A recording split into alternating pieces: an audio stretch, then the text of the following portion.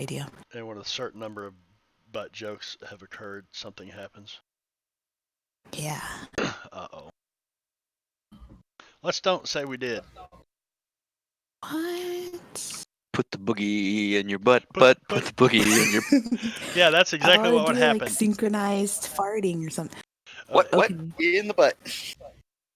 It would Oh my gosh. turn this stream. It would turn this stream into a 3-hour discussion on butts and That's stuff. true. Yeah. Well, here I have something that's adult-like, but not butt-related. She So said butt. Timmy and Simmons green screen like I first just a second ago because I was checking the stream, and it like his shirt, it looked like his shirt was like fluttering, so it looked like he was like jerking himself off on stream because the arm on the side was like. Oh, that's his chroma cam. Yeah. Timmons, Previous. are you over there playing with it? Both hands on cam. All right. Well, I'm gonna say this. We have come together to learn a new rule set and setting. Jethro and Wicked have both played some Savage Worlds before, but Deadlands is kind of a little in itself. So we're gonna fumble through this, and if anybody shows up in chat and wants to throw out some advice there to any, well, I don't know, maybe not. Okay. So, Can I add one thing? yeah, go add a bunch of things. Okay. All right. I will be playing the part of Little Beaver tonight. I am white, so before anyone gets excited, when I use anything verbally that is less than flattering to the white race, I'm white, so nobody getting the twist over it. Yep, this is strictly voice acting. And his name Exactly. alluding to all of the vaginas he's been tomahawking.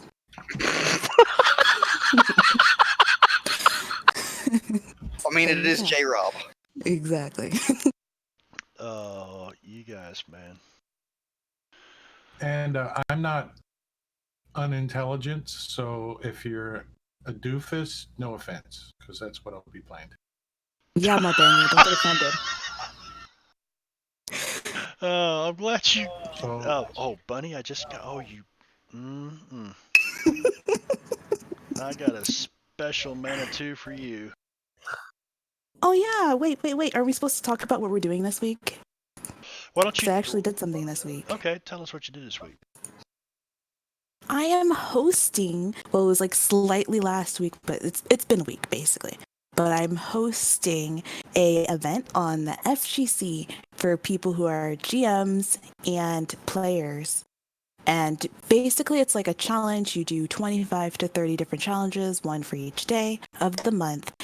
And one of them focuses on making characters, making more in-depth characters, and it's system agnostic, so you can use like Call of Cthulhu, D&D 5e, or even, Savage Worlds to fill in some of these prompts. And it's in the WC channel, so there's WC Info, WC Game Masters, and WC Players.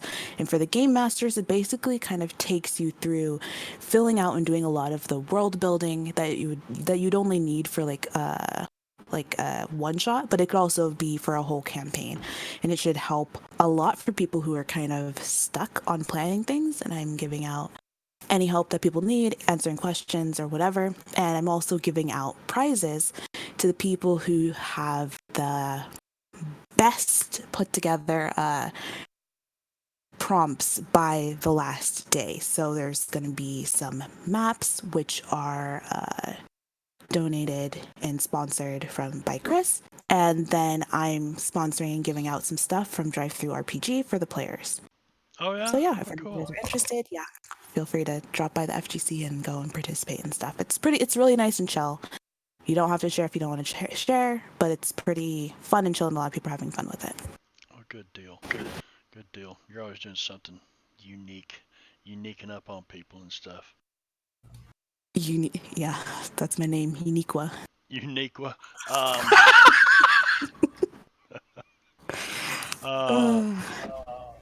Okay, so did anybody else have anything exciting they wanted to talk about?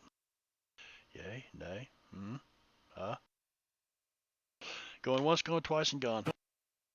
Only thing happened exciting this week hasn't happened yet, but it's about to. Saturday, get it on! Saturday night, Descent into Burness with Drake. And Well, yeah, I got Thursday, Friday, Saturday, Sunday games. Well, you and Veno and I are together for 3 nights in a row. That's Oh my God. no wonder Veno doesn't send me like funny little messages anymore in the day on Discord. He's sick of my ass. No, He's sick of me. maybe just a little. I keep the party going with Van. Well, okay, so I am not gonna have chatbot going tonight. If I can kill the damn thing. I'm watching it. Yeah, it's being a pain in the butt. Well, I don't use chatbot. I use Chatty. I like Chatty. I'm looking at the Deadlands voice. Gazik is number 1, and so is Timmons. Is that okay? Shit. I mean, it's working Yeah, right. that's what Okay. That's what I was trying to say earlier. Testing 1, 2. I see myself lighting up. Yep. And Jintro was lighting up where he's supposed to. There he is. Yeah, I'll have to tweak his a little bit. I don't have it quite centered on the pixels. So yeah, we're learning a new rule set tonight and setting Deadlands. It's a weird west based on the the Deadlands game. This is Deadlands Reloaded, and we're running it on Savage Worlds. What's the new version called? Suede. Yes. Advanced Deluxe, whatever it stands for, acronyms. I have got to try to kill Chatbot here. There we go. So we won't have Chatbot going tonight, but no big deal. Okay, so here's the deal. You guys, I want you to each introduce your characters, what you're willing to give up, because I know how all you guys play, and you like to keep your little secrets until they come up in role play, and that's fantastic. I have no secrets as Little Fang. It's a lie. Little Fang, you're not this wrong game. No, I'm saying you said you always, and I'm saying as yeah. Little Fang. No, Little Fang had no secrets. That's right. I mean, she even talked about where she buried her poop and stuff. So anyway, you guys will give us kind of a background. You were all, about a week ago, I said, well, the game's going to start in St. Louis, Missouri, 1878. Come up with whatever character and whatever reason brings you to St. Louis. So I'd kind of like to hear from each of you, and we'll start. I'll just go in stream order. So Timmons Simmons. Hey, I'm Drake. I'll be playing Timmons. He used to be a stagecoach cook, and he turned to a prospector, and now he's just a dude. Just a dude on a wagon from St. Louis area. He's got a little bit of a lisp, so he's got a lisp, and he's got a couple of flaws, but we'll find those flaws as they come up. So, and no, I don't know. I saw prostitute pop up in chat, so it just confused me. Do I have to give someone money?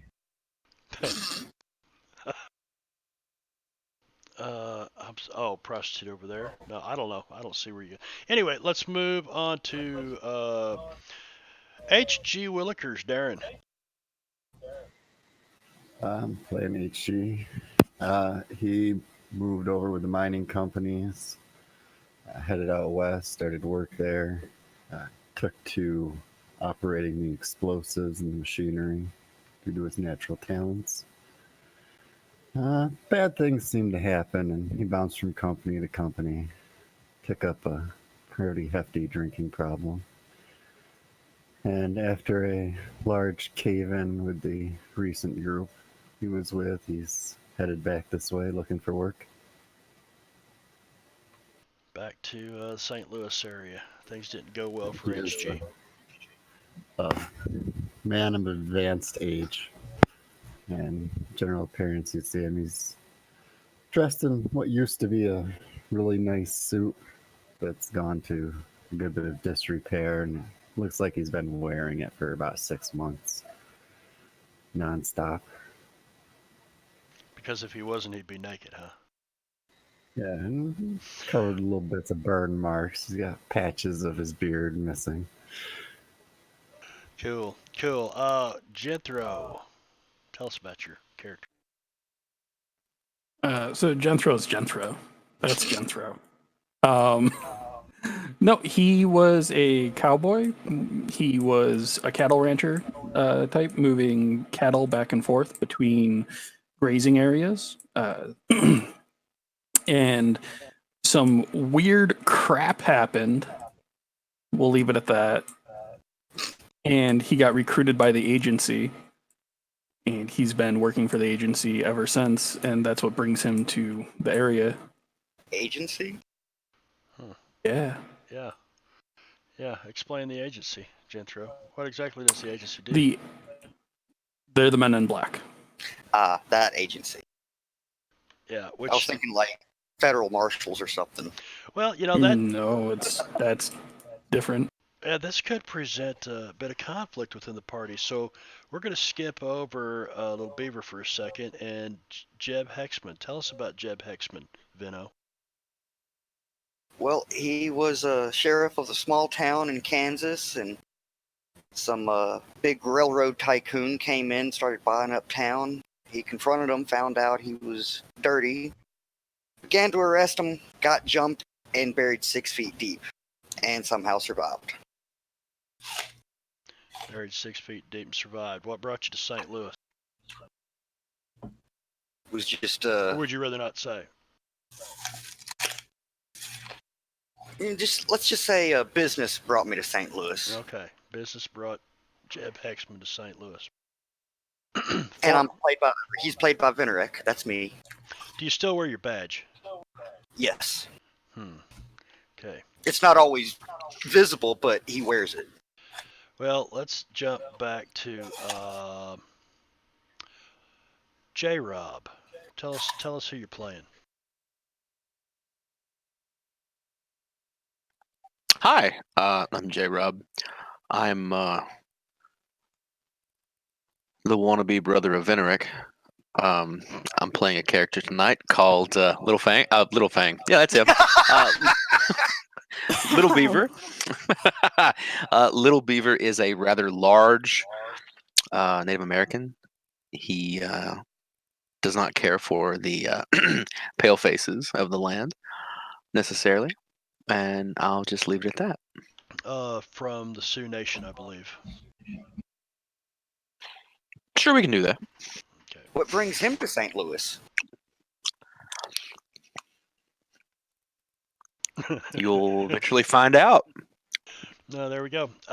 And last but not least of all, Bunny, tell us about your character and what you're doing in St. Louis, if you want to talk about why you're in St. Louis.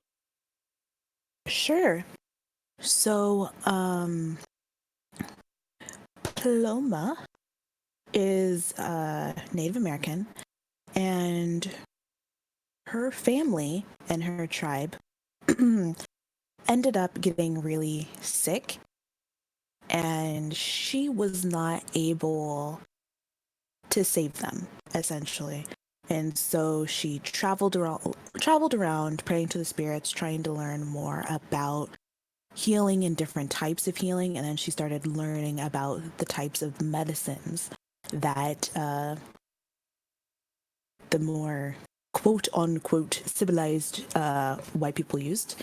And so she is traveling. She went to St. Louis basically to learn and pick up some of the aspects, since it's not always convenient to call to the spirits to heal people. And sometimes you don't have enough to give to every single person. And she sees this as a viable midpoint solution to help people from something they can't necessarily fight against with weapons. Gotcha. Yeah. Okay, so some hoodoo going on there of some kind. I didn't say that. You said that. Well. All right. So basically, this is a learning session, and we'll get that disclaimer out of the way right now. Don't expect some real pros. We all know how to use Fantasy Grounds well, but we're learning how to use Fantasy Grounds with um, Savage Worlds, and in particular the Deadlands Reloaded campaign setting. So with that, I guess we'll get started. You guys are. I'll share that map with you. Flip over here to maps. St. Louis, Missouri. The year is 1878. The Civil War ended just a few months ago. It's November 12th. So, yep, towards the end of the year. It's starting to get cold. I mean, in the real world, I'm outside of St. Louis about 150 miles, and right now it'll be below 30 degrees tonight. So it's getting cold. St. Louis is unique, and well, not so much unique, but the state of Missouri was neutral during the Civil War, and as a result, this area was heavily contested, and the Union Army held the city of St. Louis for the most part throughout the war. Um, in the real world. Now, in Deadlands Reloaded, there was probably some push and shove because the Civil War was not ever won by the North. In this campaign setting, the Civil War continued until about middle of the year 1878 when there just came a ceasefire. And so there's, tensions are high, but not really because the country, well, say country, there's several countries here now, but the North and the South fought so long that people were just tired of it and time to get on with life. And so that's where we are, and that's what's happening. Um, I'll give you some setting here. St. Louis is extremely prosperous right now. At this point in time, it's the fifth largest city in what is now called the United States, but right now it's in what's called a contested area. So Missouri, Kansas, um, Colorado, kind of the middle of the current present day U.S., was not really ever, these states never went north, never went south. Um, Although in the real world, Kansas was definitely a Union state, was an abolitionist state. And so things are a little bit different in this history. St. Louis is teeming with people. This is the gateway to the West.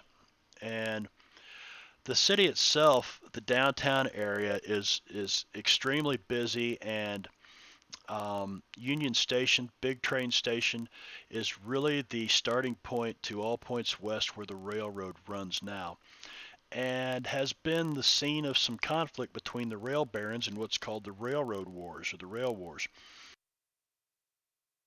So it seems just as the Civil War is ending, uh, conflict is beginning to heat up between the owners of the different railways.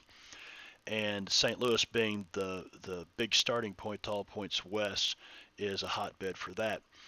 Um, your characters have went to the south side of the city to kind of get away from the hustle and bustle of downtown, and you've been here from, anywhere from a week to a month.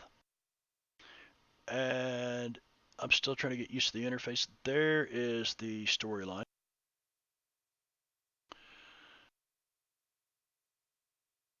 You guys have all found your way to, it's by no means a high-end hotel, but it's decent. Good rate on the rooms, which is important to some of you who don't have much coinage.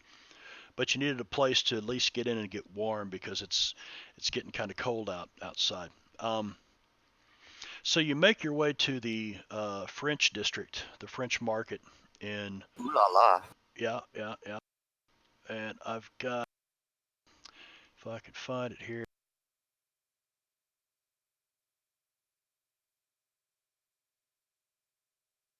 There's the French market in 1872.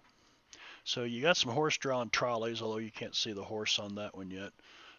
I do not think those are electric. They might be by that time. No, I don't think so. Horses everywhere, though. So you are in St. Louis. The year is 1878. You are on the south side of the city, and I do have St. Louis street map of 1870, a couple of them. This is not a very high quality, but the downtown area, Union Station, you would find where is like here, this area. The riverfront is all those warehouses that you see along that line. But you have made your way south to kind of get away from the hustle and bustle, and you are down in this section of the city. You've been staying at this hotel. The name is the Bellflower Hotel. And this is the last image I'm going to share for a little bit. I thought that was a really cool looking picture that was painted from, back in the day. So wow, that is cool. Yeah, you guys would be on this south end of the city up in there someplace. Matter of fact, you can see Union Station on this map. It is right. It's either right there. I think that's it because you can see the train tracks leading out of it.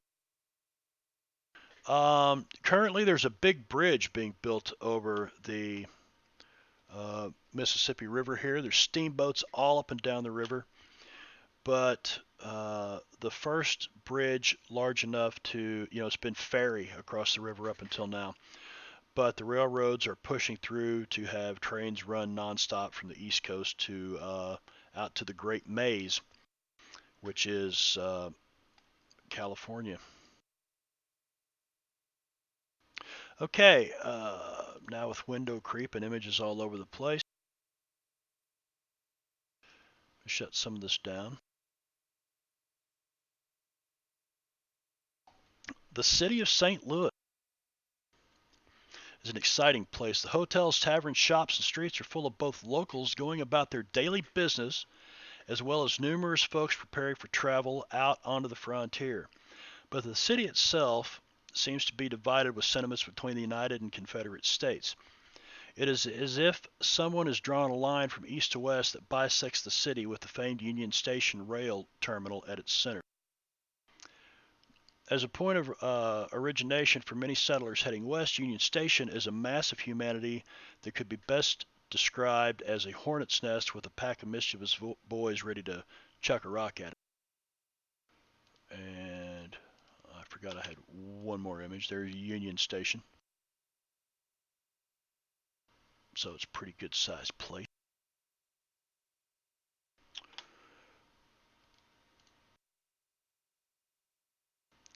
The U.S. Army seems to control the station, but due to the ceasefire between the North and South, it's not uncommon to see the gray uniforms of the Confederate Army moving through the crowd, not unlike packs of wolves protecting themselves from a much larger pack of grizzly bears. Moving southwest from Union Station, you can see the Gracioy Military Prison. Although the ceasefire agreement supposedly assured the release of all prisoners of war, Gracioy Military Prison still seems heavily guarded. Well, not so heavily guarded, raising questions as to the likelihood that all prisoners were released. There's still a barracks there, too, where some soldiers are housed. There are often angry fathers, mothers, daughters, and sons gathered outside the prison in mobs that throw stones and bottles at the Union guards behind the stone and iron walls, which there are no stone and iron walls. But anyway. There are in this world. Well, not really. And see, I wrote some of this a week before I completed my research, so things changed and I forgot to edit it. Yeah. Anyway, Well, this is an alternate world anyway. So it's an alternate world. There you go. To get away from the smoldering powder keg of downtown St. Louis, you have found a mostly quiet hotel on the south side of the city. The Bellflower is a comfortable hotel without being stuffy and comes complete with a livery and neighboring blacksmith's forge. So there's a place that Timmons can keep his mules put up and his wagons stored. The neighborhood is thick with German, Italian, and French immigrants, all seeking the dream of a better life in the American West. Across the street is a popular tavern among the local population, known for serving authentic dishes from Germany called the Black Forest Tavern. And you guys Black have Forest? the Black Forest Tavern. Okay. Okay. Thank you. Yes. 1, 2, 3. Yeah, pretty much. There are numerous small distilleries and breweries in this neighborhood, and the smell of hops and fermenting corn, barley, and other grains assail your senses. In fact, the largest brewery in the city, the Einhuser Company Bavarian Brewery, sits just down Arsenal Street from your present location. It is quite the attraction for travelers coming through St. Louis and offers tours of their facilities on a daily basis. Most days, the beer barons, Eberhard Einhuser and his son-in-law, Adolphus Bruch, can be seen dining at the Black Forest. And there you go. So Einhuser and Bruch.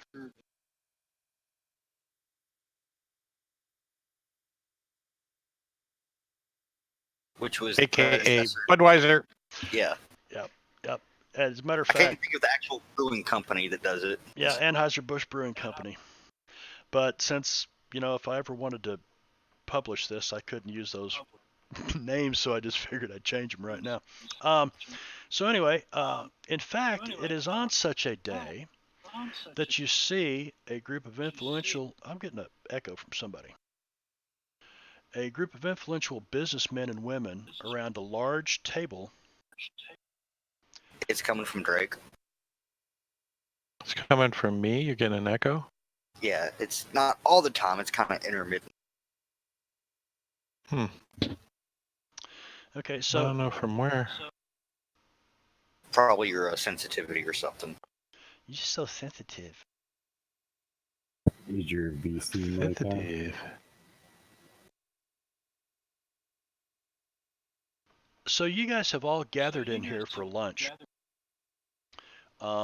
Seems to be a decent plate of food for, an affordable rate. And you've not really met each other, although you look at each other in the Black Forest Tavern here and realize that, well, those are other people staying across the street in the Bellflower. So, in fact, it is on such a day that you see a group of influential businessmen and women around a large table covered in numerous documents and maps. And Einhuser and Bruch are among those gathered, and just as the day before, they seem to be deep in discussion over the contents of the documents and maps before them. You hear one of them say, "That's it, then. The first shipment departs tomorrow. Bellman, post this notice on the boards and have the rest of these displayed from here to the Union Station. At this point, if they carry iron, they got the job. Hire them, and make sure those greasy dicks don't get wind of it, or the train will never see Kansas City."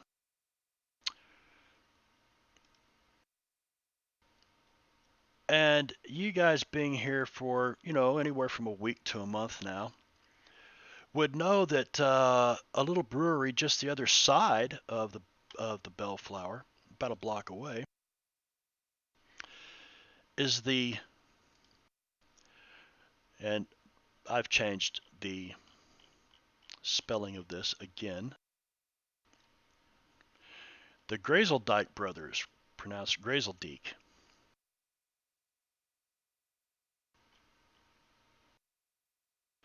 And they kind of have a nickname. Everybody calls them the Greasy Dicks.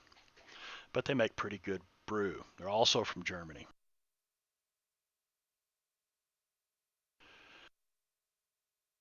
So anyway, this guy looks at this dude,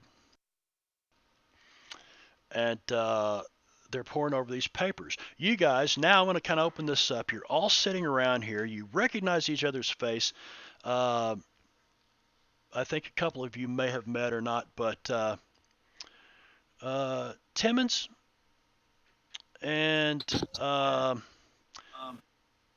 Timmons and Jethro and Jeb Heckman are all kind of sitting together. You guys would also notice there are a couple of Native Americans sitting over in the corner, and they're both dressed very traditionally. They're not wearing white men's clothing like what is popular on the local Native Americans around here. Take it away.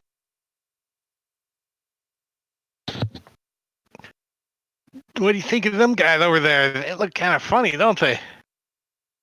Best to leave them alone. I want to go ask them what they're doing here. So you get up and you walk over, and Little Beaver and Pomona, you guys are kind of sitting back in the corner with your backs to the wall, not really trusting of anybody. Here comes this big, kind of doofy looking guy. Hey, fellas, what are y'all up to? You look like you're strangers around these parts. Are you here to rob a bank? Maybe murder someone? Hello? They don't appear to be talking to you. Oh. What are you drinking there? Is that coffee? Pomona, Little Beaver, he's talking to you. I don't drink. Oh. Nothing? Not even water or milk? She's like looking at the stuff and she says, yes. Water. Yes, water. And she's like looking at Little Beaver with like a slightly frustrated expression because she can't express herself properly. About that time, Little Fever. Little Beaver. Little Beaver slams his fist down on the table and says, "What do you want, white man?" He leaves. He leaves. Yeah. As soon as the thing hits the table, he leaves. He's like, he goes back over to the other table. He's like, those guys are mean. I don't want to talk to them. You go buy them something to drink. And I look over at Genthro. Right? You said Genthro's at the table, Yeah, right? Genthro and you and Jeb are kind of sitting close to each other. And you also see an old, spindly, wiry old man, about 70-something years old probably. I mean, he's an old timer by ages in this particular time in history. You would I can't. smell. I don't very speak heavy Indian. Chemical. Wow. We went there already. Okay, cool.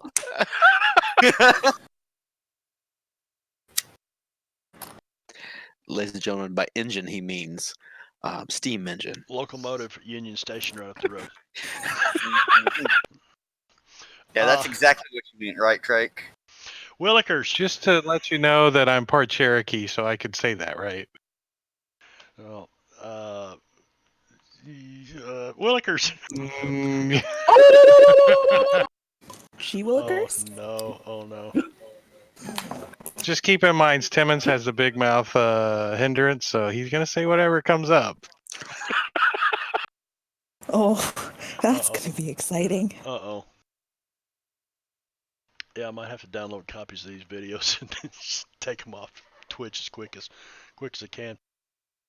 So, Mr. Willikers, you're also sitting in here, and you can see this big guy walk over to these couple of Indians sitting in the corner, and he says something to him, and the female, she just kind of looks at him and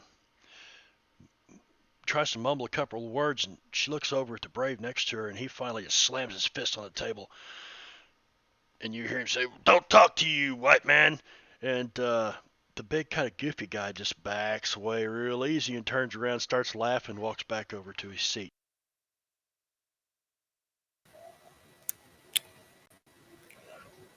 Good way to lose your scalp. Is he drunk? He's got the hiccups, I think. Oh, he's always drunk. He's already been in here heavily drinking. Hell, it's only lunchtime. flask he produces from one of his pockets. So he's kind of like Little Fang, but with alcohol instead of cheese. Yeah, Who's Little Thing? She like carried her own cheese machine on the back of her cart. Oh, she came through your town too, huh? He would smell very heavily like the still he runs. So even in a neighborhood with brewing, he's worse than the rest of it. So you're probably a permanent resident around these places. You may rent a room from the Bellflower with a little shop in the back or something to make your brew in. Yeah, he'd likely to be paying his way that way. When we have like a pause second real Mhm. quick, I have a suggestion. Okay. Could you add like native tongue for like J-Robinite in languages? I meant to do that, but guys, I've just tried to get this shit together this week. There No, it's is fine. I was like thinking about it all of a sudden. I was like, oh wait, it's not popping up. So yeah. no, it's not. But you guys, if you want, just go ahead and use your whispers back and forth. And We can't whisper right now, apparently. what? You can't right click on the portrait. All I'm seeing is No, you don't get an option to. No. Oh, you Okay. actually have to type out the full name. Yeah, but I mean, it There's just a technically be shortcut for easier that. to go in the Is it settings and Control? just add it. There's no graphic script for any of these languages in here. I just made this list. No, you don't have to use it, just the language thing. Like, like how you can just add it without like the text thing, so we can just type to each other. Make just sure leave it that at your text thing is set on the 0, nothing in there, not English or anything, because there's no scripts for English, French, Gaelic, anything. I got so far in my No, I prep. know, but what I was saying is that even if there's no script for it, won't it just show that no one knows what you're saying? Pretty much. It So it comes in doesn't really numbers matter. and letters. Yeah. So it doesn't Okay, matter if so it I doesn't can have a script add- for it.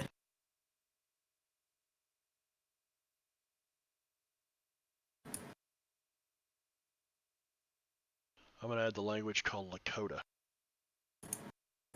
You guys would be Lakota Sioux. And so now, if you have Lakota, Lakota, in your languages, hopefully that'll work. Well, that's English.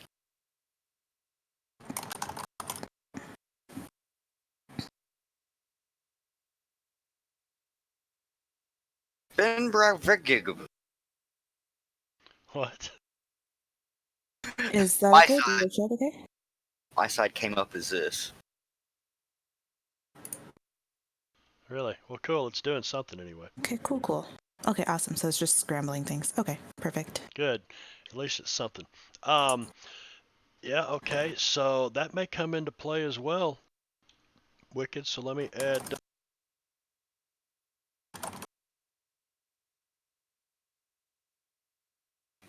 I figured I should buy it with his background.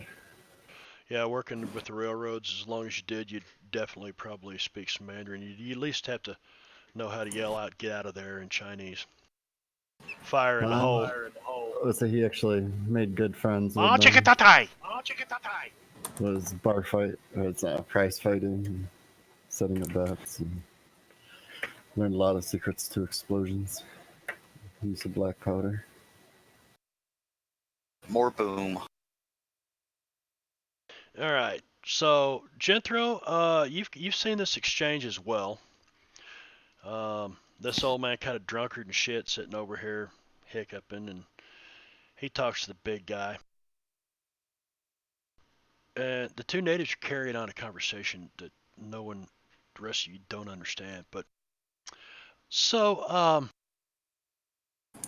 so the last thing you hear is one of these German brewmeisters tells this big guy next to him, this Bellman. He says, "Bellman, post this." And so as Bellman finally picks up this broadsheet and turns around and heads over to the place where all the bulletins are posted on the wall.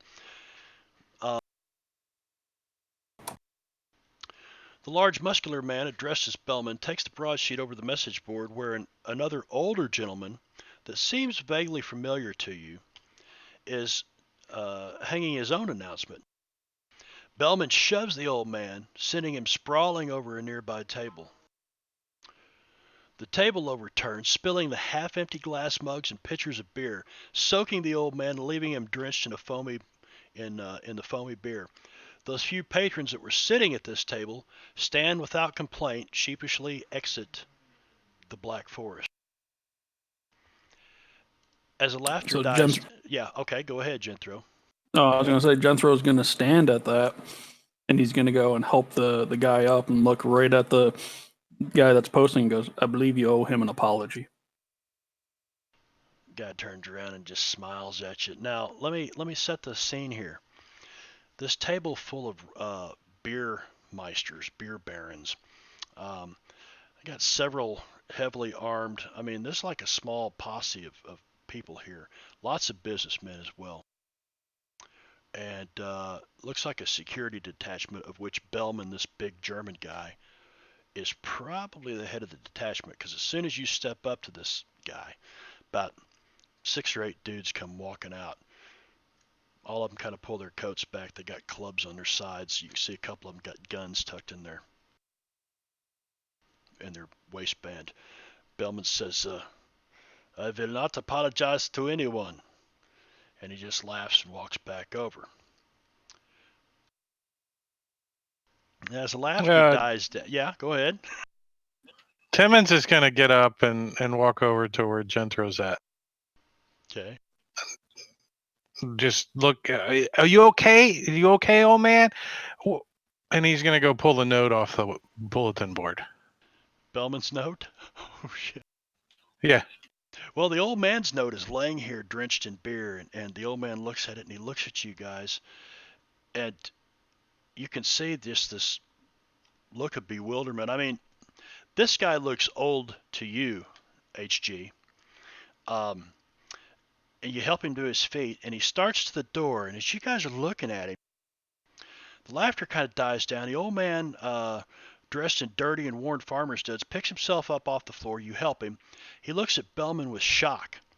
Then at the party of plotting brewmeisters. He begins walking towards the door, quickly at first, before slowing to a stop, and for a brief moment he stands with his back to the dining room as his hands begin to visually tremble.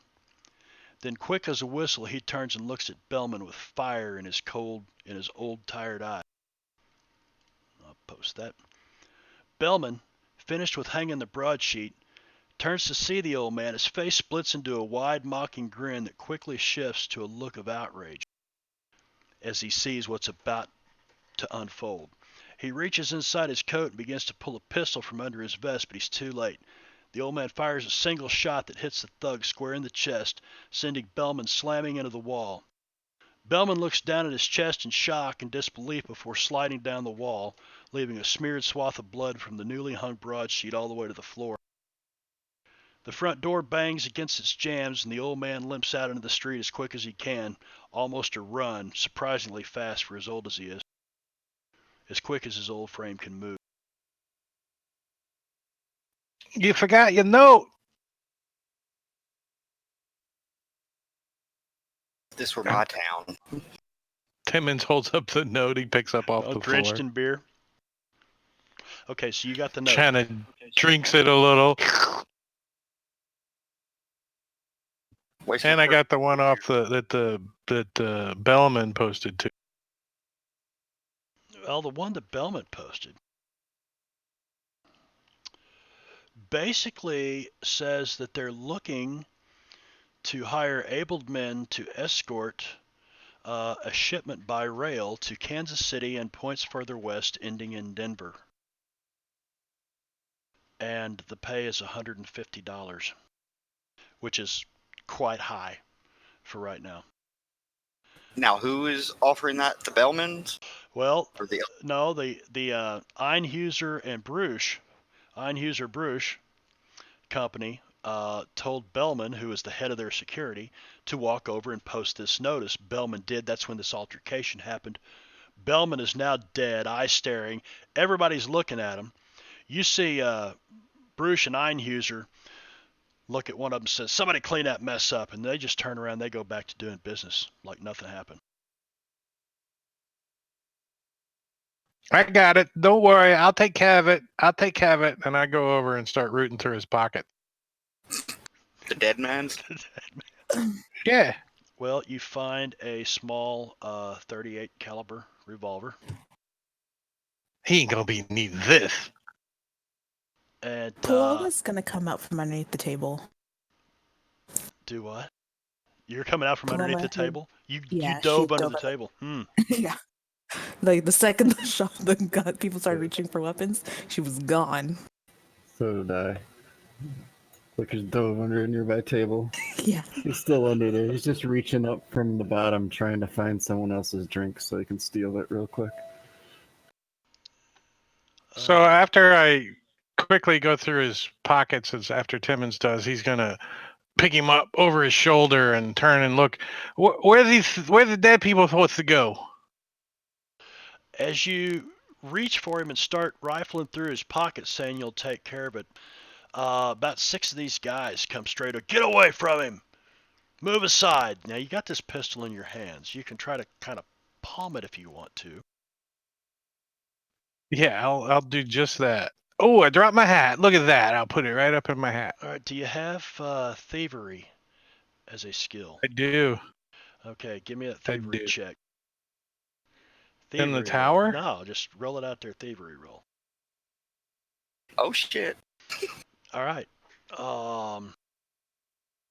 We will say with a roll like that, you just kind of tuck that dude right into your waistband. Yeah, and you just kind of back away from him. These 6 guys come over and they pick Bellman up and they drag him into a back room. About that time, a couple of barmaids come out and start cleaning the blood up. Yeah, they won't take your job for you. That's so fat. That's okay. You can take the body. I was just trying to help out as I go back and sit down. All right, you got a 38 revolver too. I'm trying to get, let's see, window capture. Okay. I just noticed that Darren's camera is not on. Oh, I thought he ran away. Mine's frozen. Yeah, Drake's is still frozen. What the Oh, hell? I was like, wow, he's been leaning back there forever. Yeah, you look like you're posing for a picture or something. Let's see. You guys go ahead and talk it up. Just let me take care of this while you guys try to kind of figure out what's going on in this scene. So I walk back over the table. The poor sap had a 38 laid on the table. I didn't get no bullets though. You should have apologized. I should have apologized to who? No, the one that got shot should have apologized. Maybe he'd still be alive. No, I'm pretty sure he's pretty sorry right now. Being sorry and dead doesn't do you much. Well, no wonder this says his voice maybe. There's Drake. There's Drake's smiling face. All right. Smiling faces. Smiling faces. What'd you do with that money your mom gave you, Benno? He bought fantasy grounds. Didn't take the singing lessons, did he? I bought candy. I bought candy. I said, no, Mama, I bought candy. So you slept up into a nearby seat, HG. Like you've been there the whole time. I'm not sure apologizing would have been enough here. I'm pretty sure they need to buy the bar around to make up for this disturbance. Yeah, something like this wouldn't have happened in my town. Oh no, he's one of those. What's You own the whole town? Sounds Not like literally. proper talk to me. these barmaids? They hear you say something about buying the bar round, and you see one of them nods to the other one. She puts her mop over to the side where she's been mopping up blood, runs over and gets a couple of pitchers of beer and brings them over and sits them down. Who's buying it? Evidently Oh, the no, I bar s- did. 3 beer, all right. I drink one of the pitchers. Score. He didn't bring no glasses, and we'll just share the pitcher. Here you go. You guys would have your glass. So wait, did More people get what's shot. his This name? could turn into a good night. Did Timmons grab the wet note that fell on the floor, or just Yeah, the I one got that was posted up? Yeah, I grabbed it. Can you Okay. read it? And somebody read this note? It's a little smeared, and I don't read so good. Let me see it, Timmons. Here you go. Need a notice roll or anything to read it? Since it's smeared. Well, let's see. Man, I know that's in here somewhere. Where is? You see, it says, "Help wanted, still a prisoner." And between the smears, you can kind of make out. My son's been held prisoner in Gracioy for 2 years. I know he's there. I've come to take him home. We'll pay for help. Andrews Craig to Bellflower Hotel. And with that, you would immediately know, that's where I've seen the face. And you may have known that before, that he's also been staying across the street at the Bellflower. Do we know what the Gretio is? Gretio? It's the prison, the military prison. Anybody can give me, Genthro, what's the equivalent of a history check or a knowledge check and knowing local Common knowledge. Common knowledge. common knowledge? Yep. Yeah, so somebody could either roll common knowledge. I would say that, oh shit.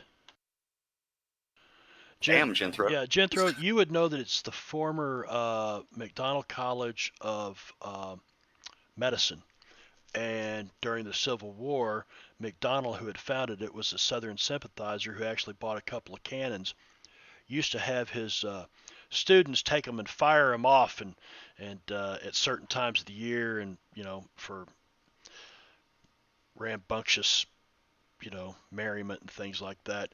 But when things got steeped and pretty hot and heavy around here, and the Union came into St. Louis, he grabbed his cannons and took off to the south. Well, he was a Southern sympathizer, and like the rest of them, the Union confiscated their property, so they turned. And I'll share this with you because you would know what it looks like.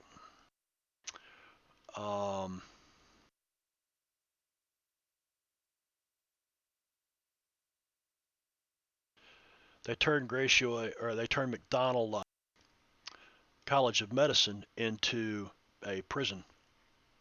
Retrofitted it, put bars all over the windows, and on the far end of it, in that picture you can see, is the barracks. The prison is kind of the center section. The tower wasn't really used for anything, and then the piece of the building closest to you there is where the commander and his staff are headquartered.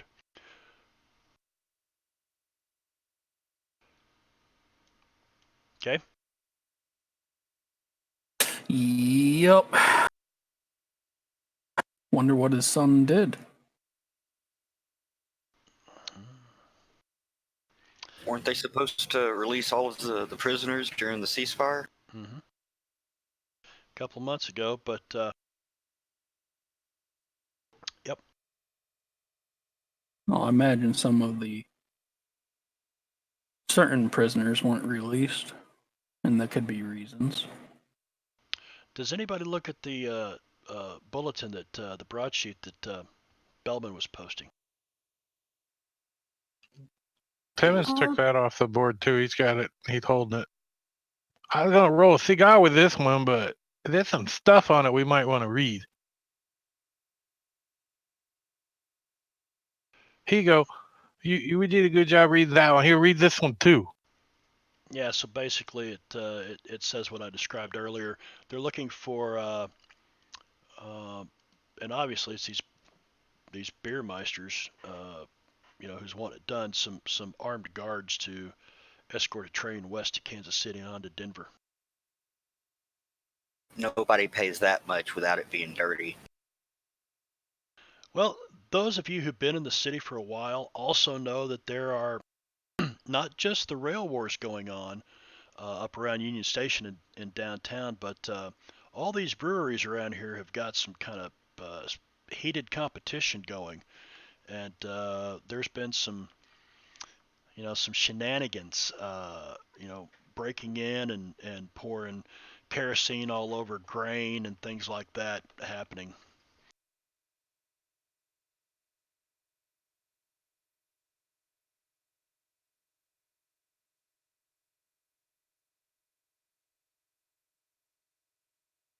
I know it's a lot to digest getting going here, but I wanted to set the plot right away.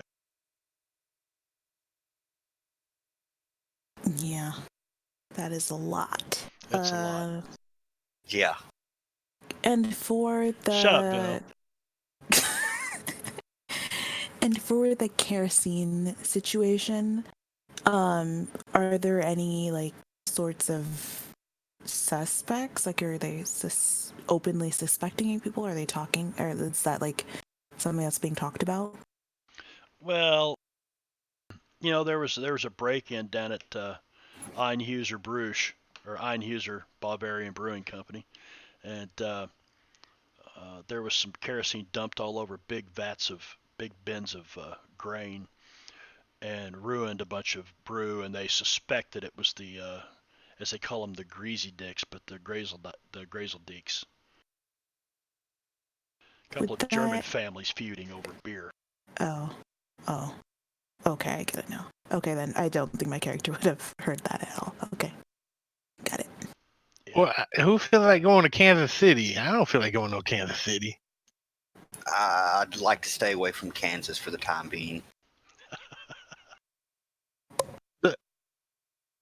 We can go find this Andrew Craig, Phil. He seems to be a pretty crack shot. Was that If the that guy was him that ran out. that was him that shot the guy? The old man. Well, he had this note. He's at the hotel. The not so old man. The old man. The older old man. The not so old man sitting beside you here. You take offense to that comment there, HG?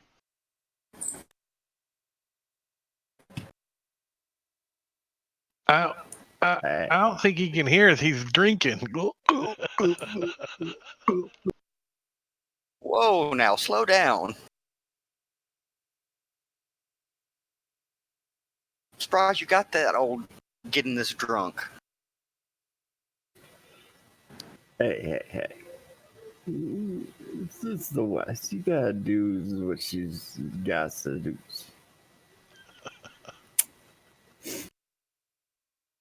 And I mean, you can barely get drunk on this water anyway. No, I got something for you.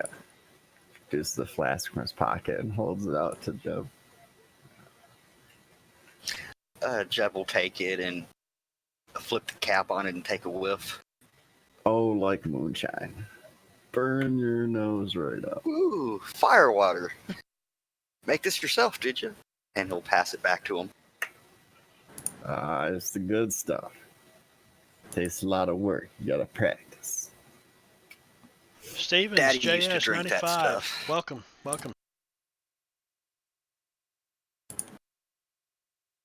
I don't touch that stuff. I had trouble waking up, and that stuff just makes me never wake up. Timmons is going to walk back over to the message board and see if there's anything else posted up there that might be interesting. Can he read? What, you making fun of me now? I can read a little bit. I'm just catching up on your No, conversation I'm not trying to make here, fun of you. Stephen JS. That's You but seem make like good a points. okay fella. You see him trying to mouth stuff at the message board. CAT.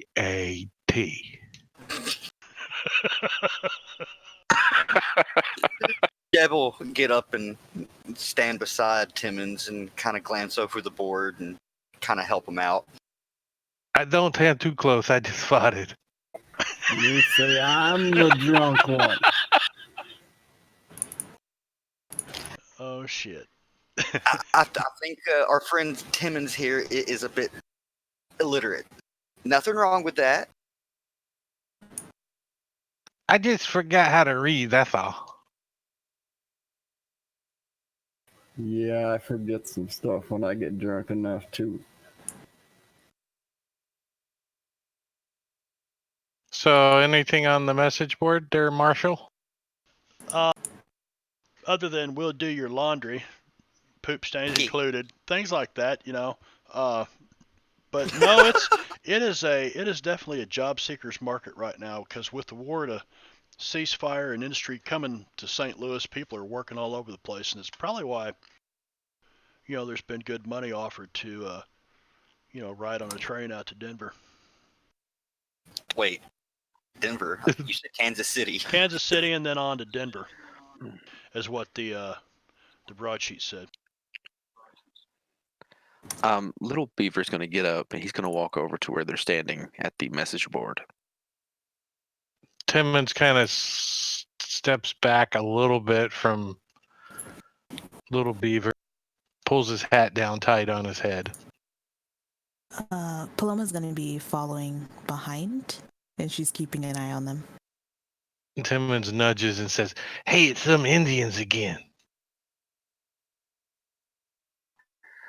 Little Beaver looks Jeb directly in the eye and says, "This wall have messages." Indeed. Question. Little Beaver, does he look muscular or does he look how does he look? Say, He like a looks, brave? He looks muscular, and he's not very attractive. He's probably got a coat on right now of some kind, Yeah. Yeah, it could be a Union, cavalry officer's jacket. It could be, whatever, but it could be traditional native dress. But it's cold outside. Hey, is that a beaver hide you wearing?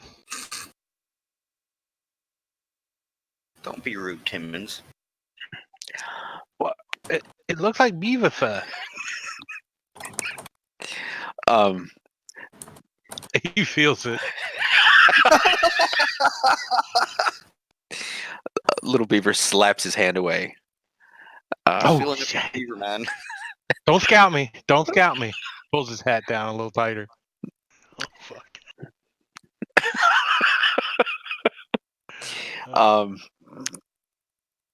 Good God. Little Beaver he's getting more and more pissed off as the moments go on, but he says, "We looking for pale-face shaman. Anything on wall? Speak of that." Let me see here. And Jeb will examine the messages a little bit closer. Paloma's gonna try to help, and she's gonna kind of say, "Yes, the pale face," and she's gonna like punch his knee, like kind of knock on his knee, like an example. They do that. They do that. What? She's talking about a doctor. That, yes. Oh, okay. Yes, pale-face shaman. Make magic. Heal many. Well, you guys would know there's doctors all over the city. I mean, we're not from here. We don't know how to meet one. No, you just blew into town. Officer. Well, actually, I just swam into town. Through the mistake. You got somebody that's sick, Who's sick? You sick? Looks at the little Paloma. Are you sick? Who's sick? You're not coughing on us, are you? She's gonna look at Little Beaver, a little bit confused. And she's gonna say in Lakota, "What did he say? Is he sick?" And she's gonna grab his arm. In Lakota, Little Beaver responds, "He chew too much leather." And she's gonna grab Timmons' jaw and start opening his mouth to look. Timmons tries to mimic how they're talking. He said, Oh, don't touch me. That last bit she does understand, so she stops and she says, "Your mouth hurts? You're chewing too much? Too bad teeth?" He smiles with his furry yellow teeth. She just moves back a little bit. Oh my god. My teeth are just fine. And you get a whiff of his breath, and it makes your hair stand up in the back of your neck. Little Beaver takes a step back and kind of pushes Paloma back a little bit. First, Timmons horse just trough, smiles. first horse trough we find, I'm pushing you in. They don't allow me in horse troughs no more. Makes the She's horses gonna, sick. Yeah, probably. You smell of sick buffalo. Maybe she's he gonna does look need a doctor. at HG for a moment, and then she's going to wait. Is Jenthro's character named Jenthro? Yes. Yep. Made it easy. Jeez Louises. Okay. AKA he's lazy. That's Yup. so creative of you. Okay. She'll look at Jenthro and she'll say, do you know where we can find? Yes, ma'am.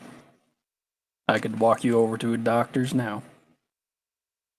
Thank you.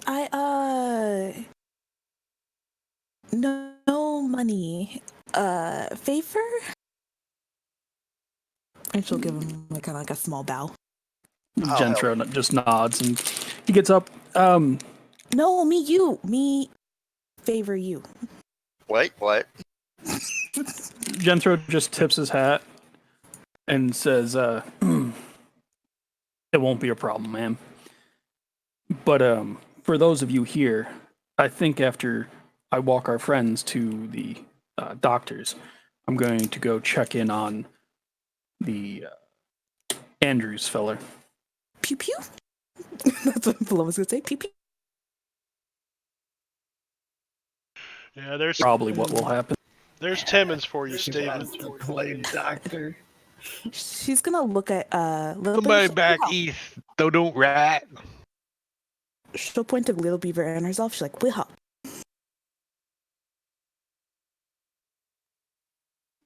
So, Well, that'd be mighty kind of you.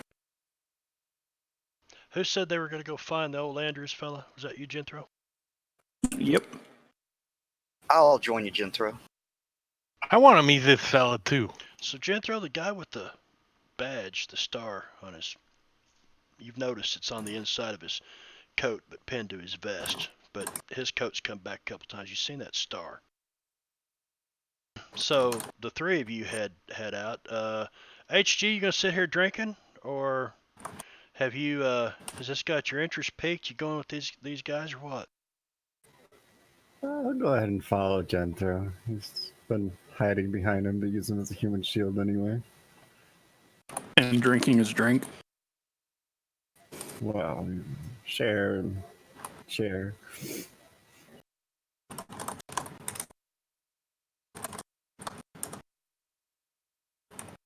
All right, and what about Pomona and Little Beaver?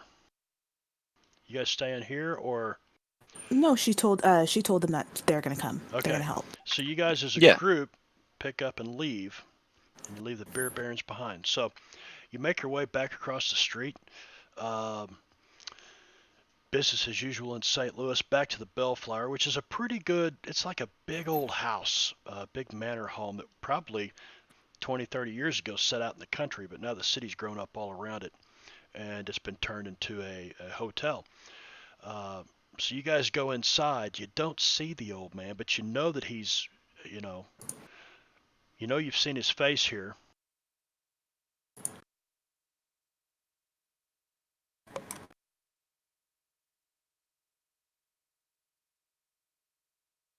Me favor you, Diablo Bob.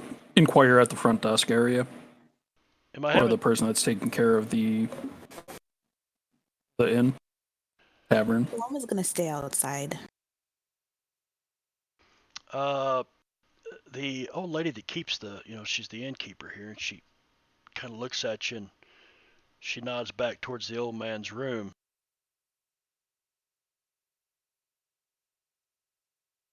I'll go knock on the door. And there's a big common room, like a big, you know, living room or whatever, where there's seats and a big hearth, where a lot of the guests here at the hotel come out and have coffee in the morning and whatnot. She nods down the hall. So you go down the hall towards this guy's room. It's not a big hotel. You guys probably make up about 70% of the people that are staying here right now. So you probably even know which room the old man's been in. Yeah. Yeah. So you come to Jeb. Do what? Yeah, Jeb's going to nod his head and tip his hat at the lady and thank her and go off down with Jethro. Because I plan on doing a cop knock on this door.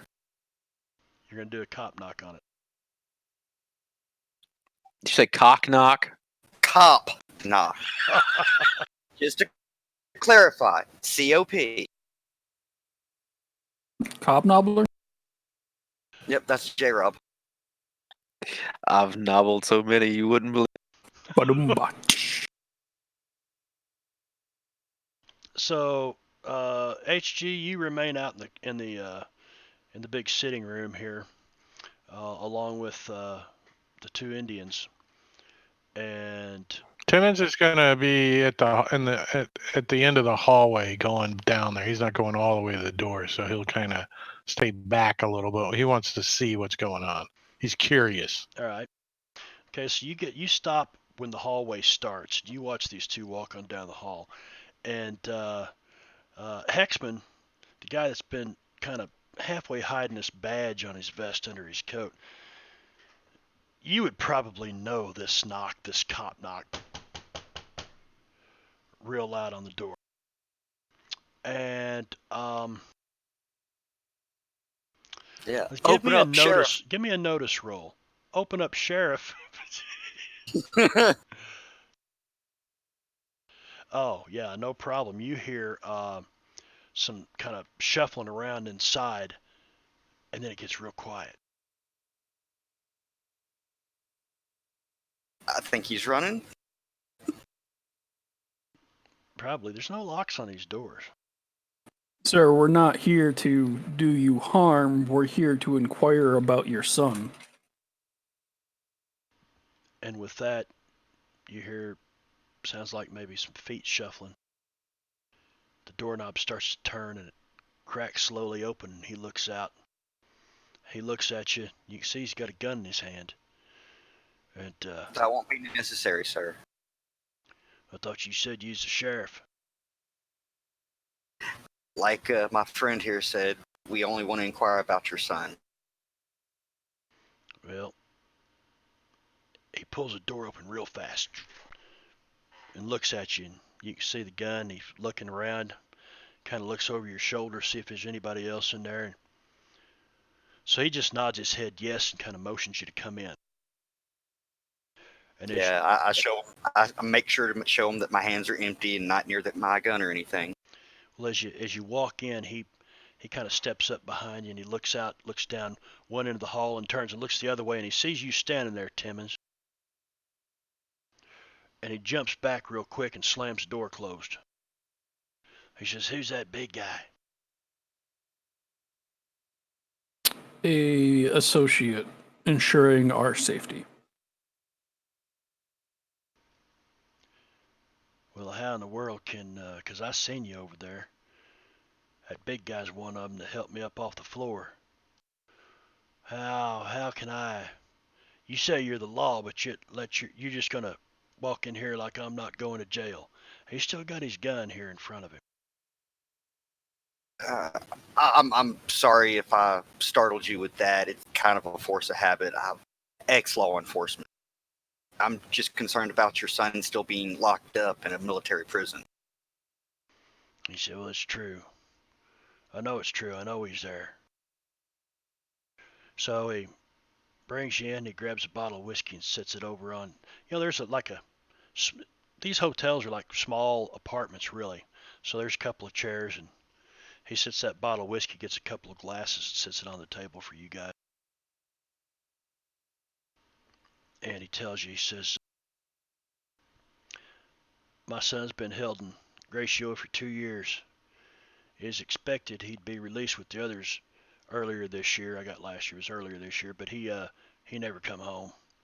When I sent a letter to the prison, they claimed they didn't have him. I traveled up here to see for myself, and I checked in with family. That would have been the first stop he made after his release, and they never seen him either. Well, I know that's where he's at. And he kind of looks around like he's being mysterious, and he says, I've put me together a plan to get Samuel out of there. Of course, and I ain't fit to do it myself, so I'm in need of those that can. And I've got just a person to help out. And he reaches over and he knocks on the wall beside him, like a small water closet, although there's no indoor plumbing here. It's just like a wash basin and stuff on a stand. And that door opens, and you see this guy, kind of a small, spindly-looking fella. And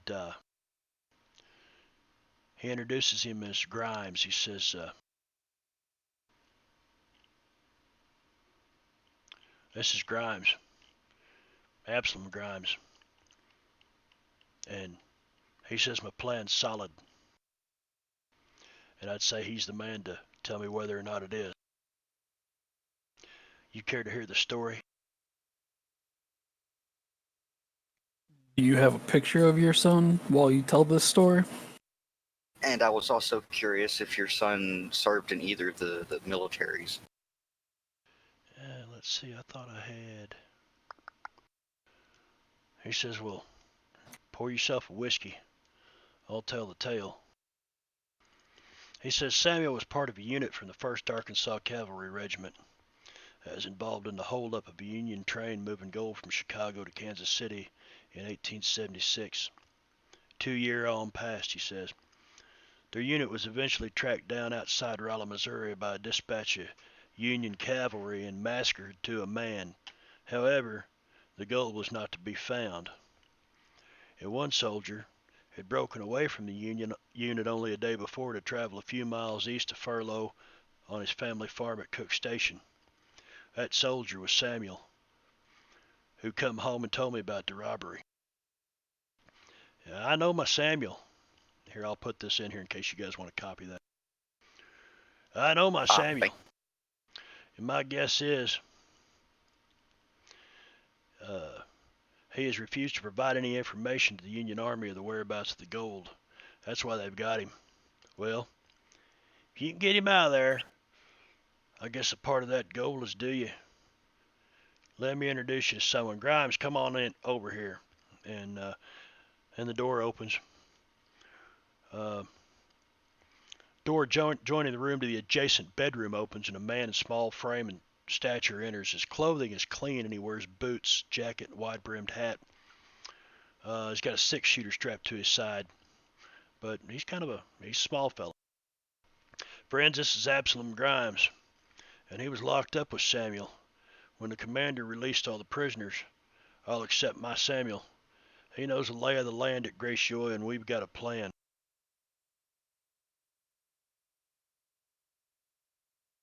And so as they go on and talk, as you talk to him, basically you find out Grimes was an agent with the Confederate Secret Service under General Price. He was a mail carrier, so it fit him perfectly, and he'd pass back and forth through the federal lines carrying letters from families and their relatives in the Confederate Army. And he was in Gracio State Prison twice, and the first time escaping in a rather dramatic way. Several people have commented that they think Grimes' amazing story is more than a bit of old soldiering to it, but the tale is the truth and can be verified by numerous sources. And as Craig's telling you this, Grimes is nodding his head, kind of smiling like it's a big deal. And he tells you Grimes was in prison with Samuel, and he knows why they keep him there, as does Andrews here, Andrews Craig, and he shared that information with you.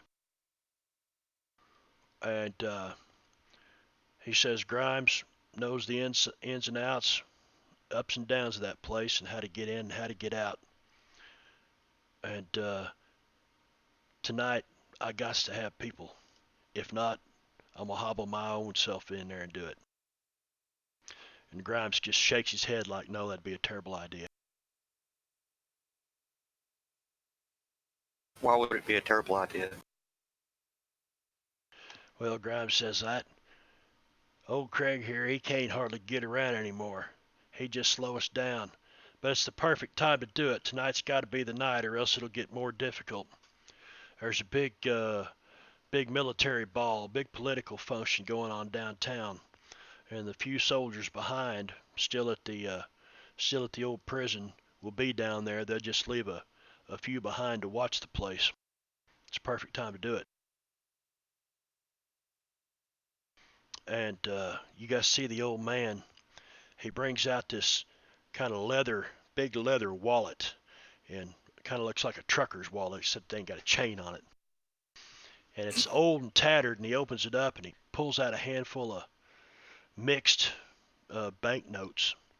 Some of them look like they're probably Confederate notes, and some of them Union notes. He lays them on the table. He goes, "There's $100. It's all I could pull together to get this done. Pay for some help. It's yours if you can see to it."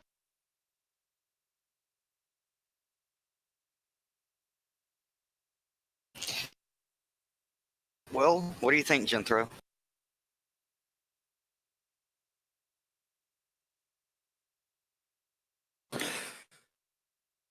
All right.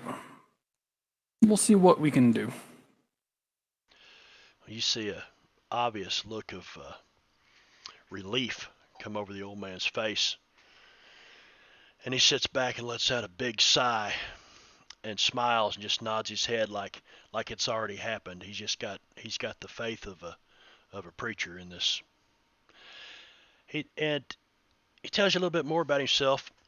He was a constable and a magistrate down in Crawford County, and had been for a long time. And then the Confederate cavalry come through, wanted to buy horses off of him, and at the same time they snatched his son. And he was only about 14 at the time, and he didn't like it. But yet he'd been riding for 15 years with them since then. This was Grimes? No. Okay. Grimes was a mail carrier and a Right. kind of a spy, as you'd say. But no, Samuel Craig, Andrew's son, Samuel, and he gives you a picture of him, and here he is in his Confederate duds and crooked little hat, like he'd pose. One of those pictures where they got the wooden post up your ass so you can hold still long enough to take the picture.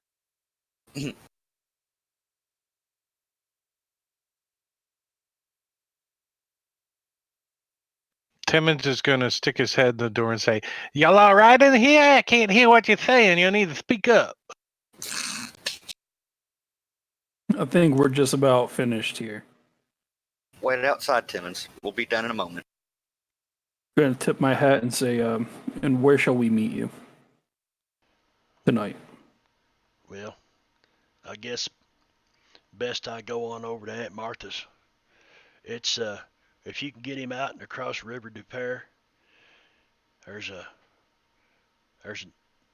tavern over there. It's frequented by several former Confederate soldiers. Aunt Martha lives pretty close. If you get them there, they won't bother to follow. It's only a few blocks away from the prison too, so I'll go over there and wait at Aunt Martha's. And Grimes says, "I know the route to get him there. You just got to help me get him out."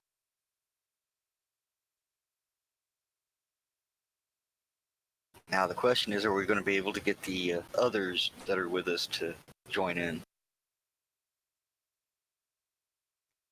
Probably. hear outside the door, "I'm in." So Andrews kind of leans forward in his chair and he looks at you, real serious look on his face. He goes, "You planning on taking that one out there with you?" We do. Yeah, And he's handy in a pinch. you see the look of worry come back across his face as you say this. Jenthra will lean in real close and go, and remember, if they're busy chasing him, they're not chasing your son. Well, I And then guess he'll stand up, tip his hat, and start walking out the door. that makes sense, boys. Good luck to you. I'll see you at Aunt Martha's. Grimes heads out the door with you. Who wants to run Grimes? I vote Jethro. Nope. All right, I'll then be Totes. right back, though. AFK for. You know what? It's time for a break. We've been going an hour and a half. Bradicus is out there. Brad came by. Diablo Bob's in the crowd. Steve and JS had some nice things to say about Timmons. But you guys stick around, and I'll cue up some music here in a second. We'll be back in about 10 minutes. 10 minutes. So Don't go away. don't go away. We'll be right back.